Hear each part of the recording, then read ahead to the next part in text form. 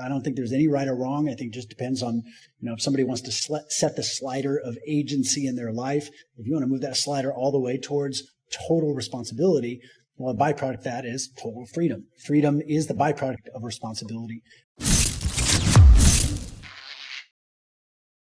Hey folks, welcome back. I have here again the master guru, sensei, Jesse Elder. I think I talked to one of your relatives earlier, John Elder, over at Black Label Podcast. No relation? And no relation. No relation. Well, I mean, how many elders are there in the world? As far as I'm concerned, there's only you. There's more than there were 500 years ago. That's also true. We are populating. We're a hardy breed. You are a hardy breed.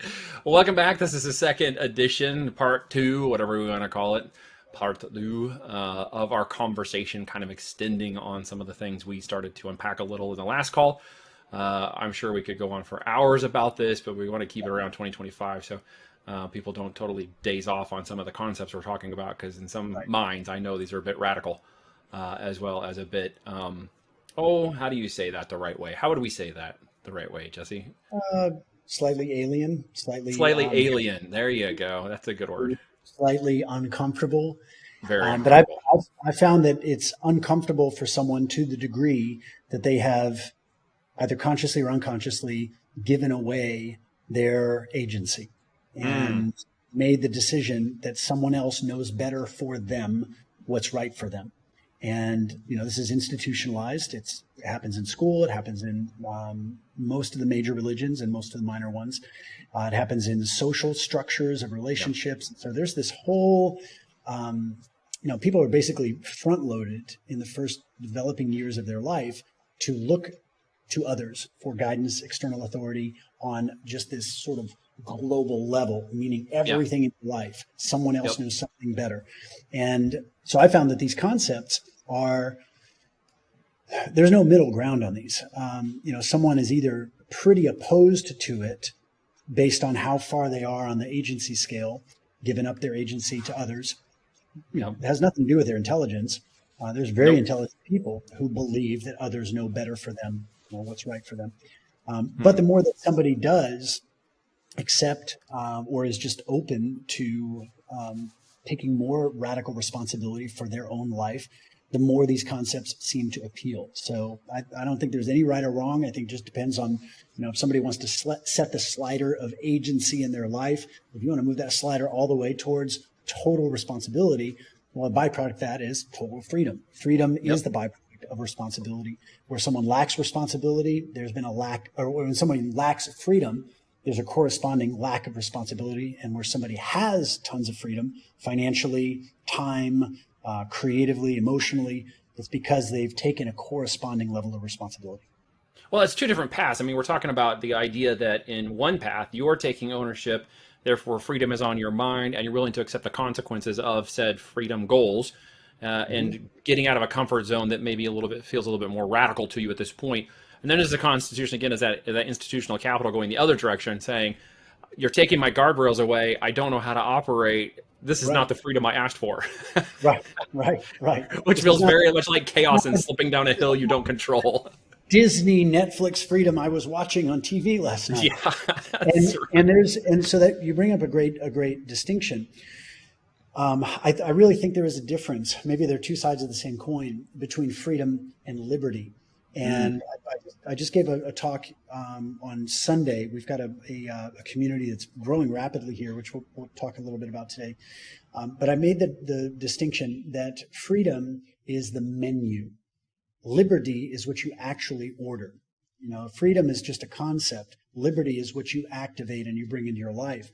Somebody says, like an entrepreneur, many entrepreneurs are drawn to this idea of financial freedom. It's like, cool, well, that's a great concept. What exactly does that mean? So, for my clients, for coaches, it's like, what does it look like? How will you know when you've activated it? So, I work with a lot of coaches. And so, their goal is usually to get revenue between 40 and 100,000 per month at 90 to 95% net profit, while keeping their leveraged delivery streamlined so that they're only delivering 8 to 12 hours a week, get their marketing done in another 8 to 12 hours a week, and have all the rest of their time free to live an actual life outside of business, funded by this high profit 40 to 100K per month business. Now we've gamified liberty. Now somebody can give themselves a score relative to that benchmark, and then we can just know exactly what the next step is to take. So to me, that's always just seemed the most logical thing to do, instead of this, whether it's waving a flag or a political sticker or putting a sign in your yard, I stand with Ukraine. I'm like, you're not standing with Ukraine. Ukraine's like thousands of miles away. You're here. Right. How are you You're standing with Ukraine? You're virtual signaling. You're kind of just you're not, unless you're planning on picking up a weapon and going over there, which Right, I'm not planning on doing anytime soon. Then you are basically just following the mass, is some sort of indicator of happiness, of an indicator of liberation of some other party, because there's some sort of entitlement behind it. I don't know, but it is that very slippery slope of, this isn't the liberty that I wanted, and what am I actually liberating myself from is going to feel pretty scary at times if you're not making the choices. Yes. If, again, we know this to be the case, if you've been in a job and you've been liberated from your job, all of a sudden it's going to be really scary, and that ain't the kind of freedom you were looking for, because then you're not working at all, and you're like, well, I had 40 hours, now I'm working 0. That's zero money too, so that's not quite what I had in mind. Right. Well, and you open up another great loop there. That is where people get to find out how badly they want this thing that they've actually created. And so, if you've got 0 money coming in, then that presumably means you've got 0 time sucked up by something, which means you've got all the time to get focused, to decide what you want, to find out who can help you get it, to relentlessly commit to training. And that's where fear is a powerful motivator. When I was a fighter, I never trained as hard as I did when I had a fight schedule. When I would hear from the promoter, hey man, we've got you slated to fight so-and-so, and it's, going to be a month from now. Whew, man, that, like, your whole reality just starts to revolve around training, because that a month from now, it's going to be a high stakes situation, no rules, no time limit, no weight limit, no safety equipment.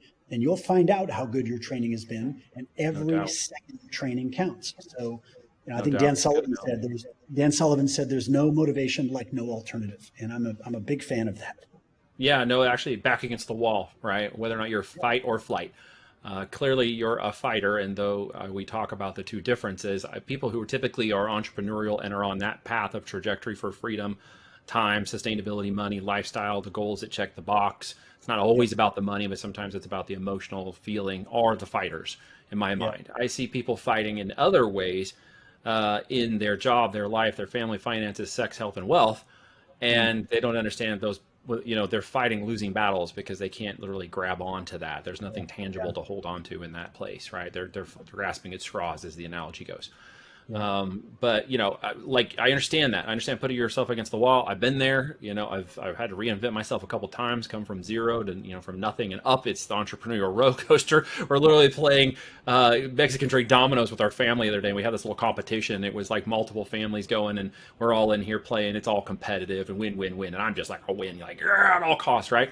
So we had a 4-game series. I won 3 out of the 4 and lost the game. Tell me how that happens. You know what happened in the one game I lost? I crashed hard. I got more points on the board, which is not the case. You want to stay 0.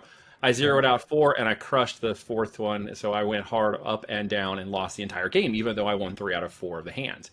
So this is how some of us play, because we know there's big rewards, but there's also big fails, and there's big failures in the output of that.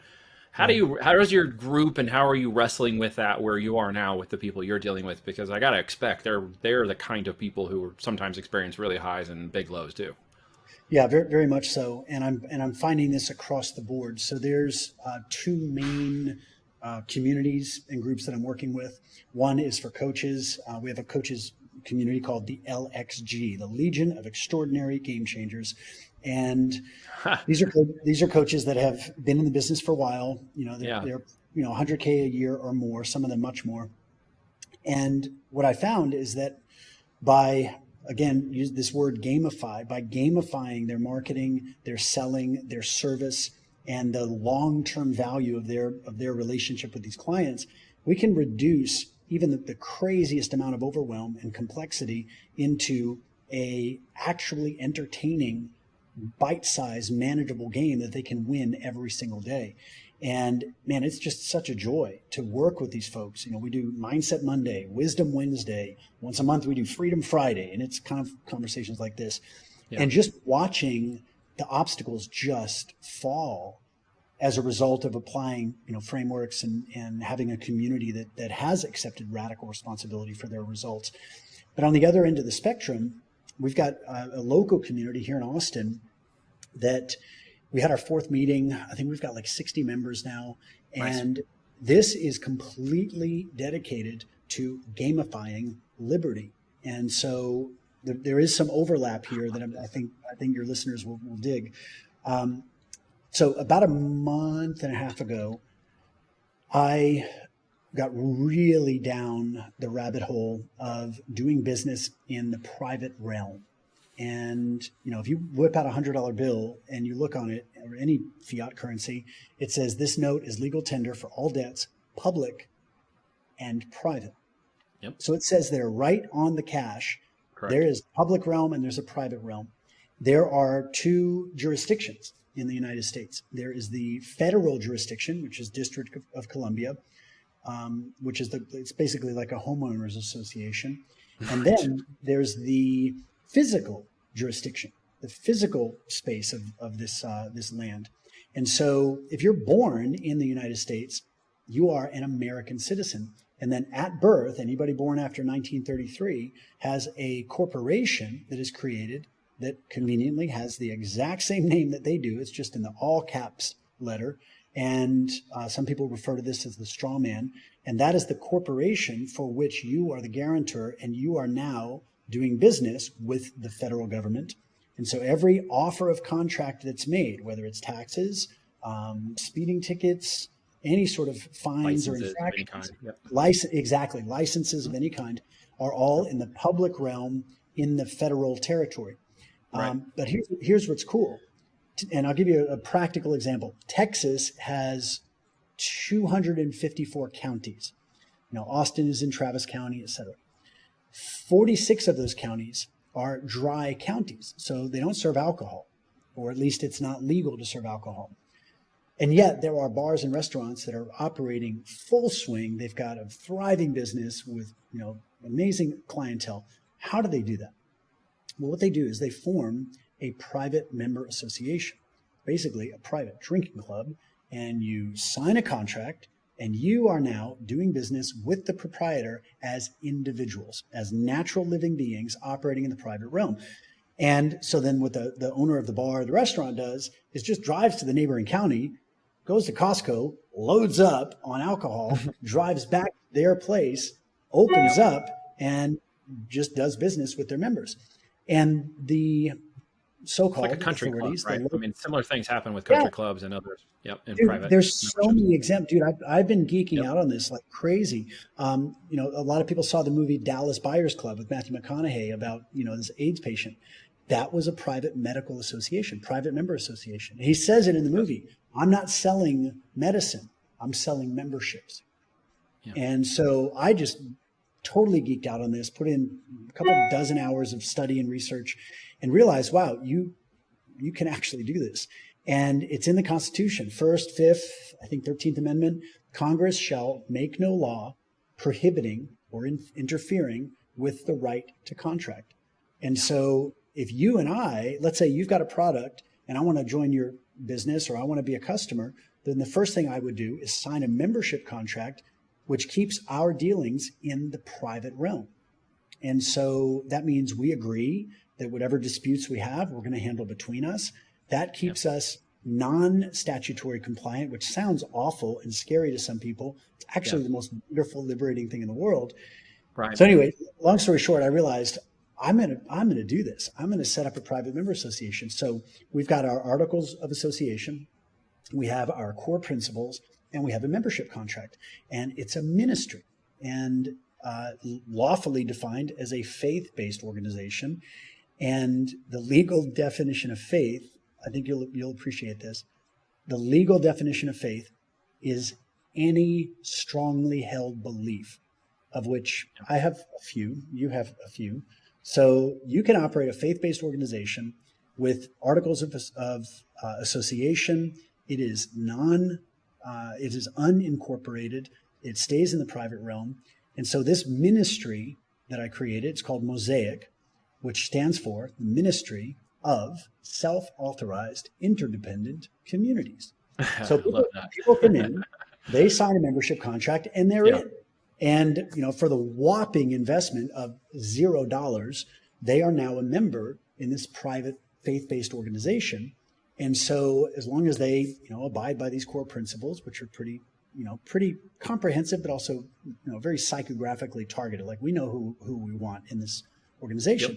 Yep. And then the next thing they do is I've created a self-scoring test using Maslow's supposed hierarchy. I don't think he actually came up with it, but using Maslow's hierarchy of safety, security, food, energy, shelter, social connections, creativity, self-actualization. And we've created basically a game where the goal is to be completely interdependently self-reliant. And so the shorthand for this is, how many corporations do you rely on? And the more corporations you rely on, the lower your score is. And so I'll give you an example. Right now, and while we're on this podcast, actually, Darren, who's the head operator at Freedom Farms, he just brought in a whole bunch of, I'll have to show you something. He just brought back a whole bunch of melons, like another 200 pounds of freshly processed pork.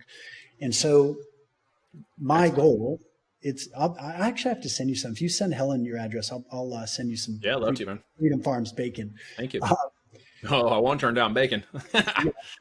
So my goal is to get to 10 out of 10 on my food freedom, which means I am not reliant on any corporation. Mm-hmm. I'm not reliant on the store. I'm not reliant on supply chains, not out of fear of, what if something happens, but really just quality of life. If I know self-sustainability and quality of life. Absolutely. Which we've been working on this, as you and I discussed a little bit too, through removal of major corporations for our exchange, like our animals and beef and other things. We buy third party, we exchange around community here, and some things we get from companies, but some things we don't. And we're trying to work towards more of that from just self-sustainability. So I relate to this conversation, and I'm sure somebody listening to this does as well.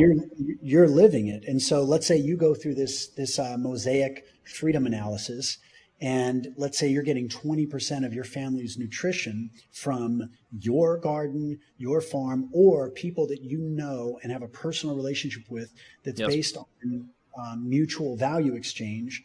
And so your score is like 2 out of 10 if you're getting 20% of your family's nutrition. So then to gamify it, we'd look at what can we do to get Neil's family from 2 to 3, and from 3 to 4, and 4 to 5, all the way up to 10, so that you are completely operating interdependently. And then we just do the exact same thing. We do the same thing with energy.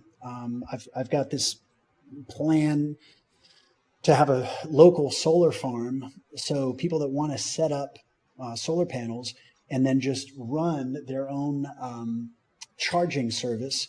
So you bring a deep cycle battery, plug it in, it charges, and you take one that's fully charged, and then just have it on an app. It can be run on a private mesh network. So when your battery gets down to 20%, the solar farmer gets the notice. And just imagine somebody on, like in a pickup truck, just cruising around the neighborhood, swapping people's batteries out. So you're it's like a milk truck. Dude, that's exactly what it is. That's exactly what it is. I love it. You're doing that, and you're a solar farmer, and you're taking on the responsibility and the investment for these panels, and you're delivering power to people's place. Have a membership service for the power. Yeah, exactly. And then maybe you're getting paid in eggs, maybe you're getting paid in chicken. Maybe, here's where it really gets fun. Maybe you're a single mom and you don't have a tremendous ability to protect yourself and your kids. Most people will rely on, the cops and all of that. I actually had a recent example, I won't get into it here, but I had a recent example where I walked into my home. This is here in this new place. I walked into my home. As soon as I'm opening the door, my spider sense starts tingling. Sure enough, I open my door and there's a guy standing in my hallway pointing a pistol at me. Hey. And he says, "Don't make me shoot you." This happened recently? A week ago, last Tuesday. Dude. Well, you're still here, so this obviously ends good in the story. Well, it turns out, this is, there's been this sort of rise in home burglaries and all this stuff. And, There has been kidnappings and other stuff. I know that. I've watched a couple of recent videos of a lady who literally tried to get pulled in a Walmart parking lot in broad daylight in Palmdale, Florida. This is just going to happen more and more. Just incredible. In my case, I didn't have anybody else to be concerned about. So my choice was simple: create as much distance as I can between this pistol and me. Yep. So I just completely got out of there. By the time I got back to the house, this is what made me think of the story. After I created some distance and I called 911, 911 rang for 90 seconds. Like nobody picked up. What? You could have been shot a couple times over by that point easily. So everything ended up about as good as can be. Nothing of huge value was taken. Nobody was hurt. He must have ran after he caught you. Yeah. And I'm very appreciative that he had a gun and I didn't, because if he hadn't had a gun, I would have responded most likely with force, and you can't undo that.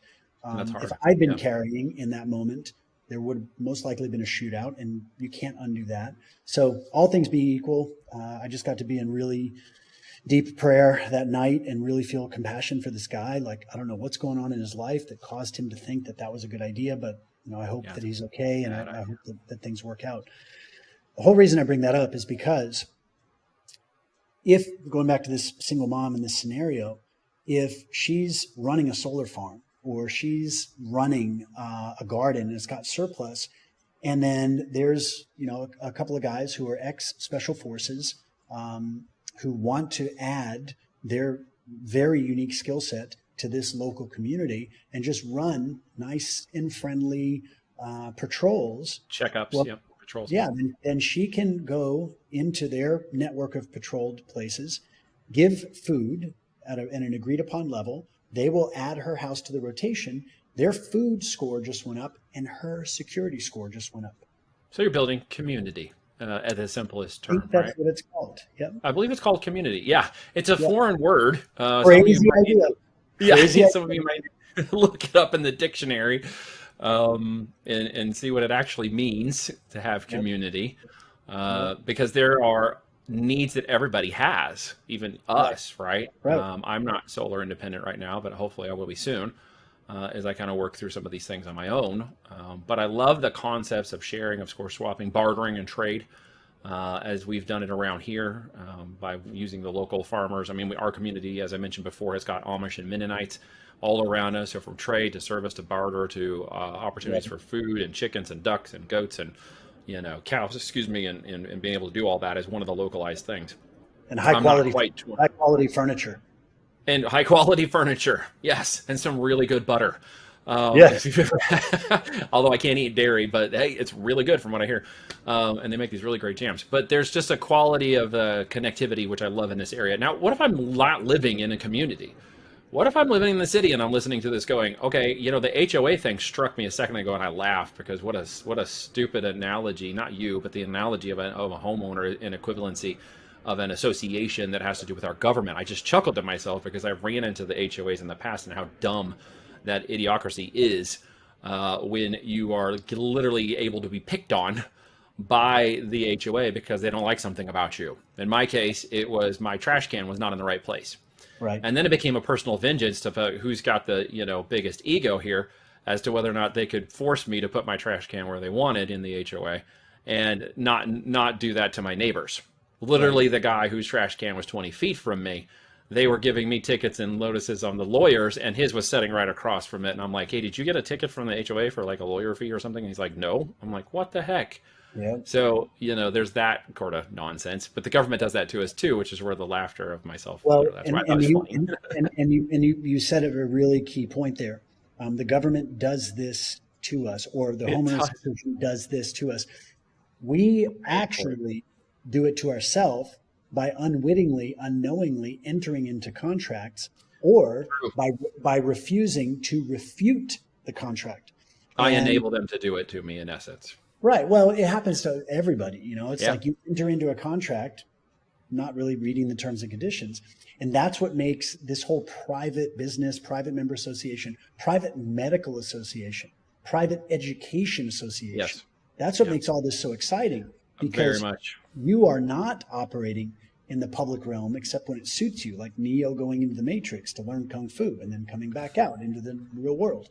Right. So I'm really fired up about this, about Mosaic, and the idea of open sourcing all of the legal knowledge, all of the blueprints, all of the templates that somebody can just, as Gary Halbert would say, can and clone, and have all of these just absolute pop-up tribes that are operating in the private realm, doing business between, trusted friends and members. But to your point about somebody who's living in a city, you can start with wherever you're at, because this is not a push button, one click. Okay, now I'm software. It takes some time to build community and the Yeah. relationships and the services and the people and the skill sets Right. of Right. varying nature. Yeah. Right. But I would say and we've got a great example of this with Mosaic. There's a guy that became one of our members, and he just told me, he says, man, I feel really vulnerable. Like, I'm not growing food. I don't have, can't really defend myself, all this stuff. And he said, but I am a programmer, and I have written software for a living for, the last 20 years. I'm like, dude, that's massively valuable. So, we're coming in to this organization, and he's going to custom write the code that is going to give us this networked community that is completely operating privately. And so that's a massive value. And in exchange, the dude's going to have chickens and bacon and watermelon and, all of that for days. So, like, whatever your skill set is, if this is something you want to be a part of, find the people that are also interested. And I'm always happy to share whatever we're doing. We do live streams for these Sovereign Sundays. And, we have people who don't live in Austin, but they're tuning in and they're getting caught up to speed on all this stuff. So there's a lot of resources out there. No, it's great stuff. And just like every conversation we have, it's all of a sudden 30 minutes to an hour. So we'll have, we could go on for a long time. I'm going to stop us here because there's a lot to unpack with what we talked about today. But I think the core component I took, and hopefully everyone listening did too, build a community. I mean, that is really in essence. And I love the way your framework and Mosaic is coming together. I love the way you're building the sustainability, matching people with skill sets at different levels of opportunity. That's amazing. And it is what community-driven lifestyles really look like. I can tell you from my own personal benefits, you should really do this. From many areas of just personal fulfillment to self-sustainability, to off-grid in some capacity of feeling like you can withstand, a shift in culture or environment within our country that does not dramatically impact your family and make you a victim. Getting into the community situation is a big thing of moving from scarcity to abundance in your mindset. And there's not a better person I can speak to than you about that, Jesse. And I want to thank you so much for coming on and speaking out today with everybody into their lives. And I appreciate it very much. My pleasure. Round 3 coming soon. Round 3 coming soon. Thanks, brother. Thank you, man.